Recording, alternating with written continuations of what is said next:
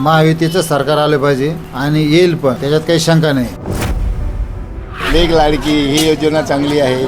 आता बहीण लाडकी ही पण योजना चांगली आहे. गोरगरिबासाठी खूप चांगली आहे. आणि दुसरी एक गोष्ट की जे आमच्या वयाच्या 70, 75, 65 वयातली जी वयागोटातली जी लोकं आहेत त्यांना जी एस टी फ्री आहे ही एक महत्त्वाची गोष्ट आहे. सरकारमध्ये विश्वकर्माचे कामं चालू आहे, लेक लाडकी योजनेचे कामं चालू आहे, माझी मुख्यमंत्री माझी बहीण योजना चालू आहे. 2000 वगैरे येऊन राहिले आता.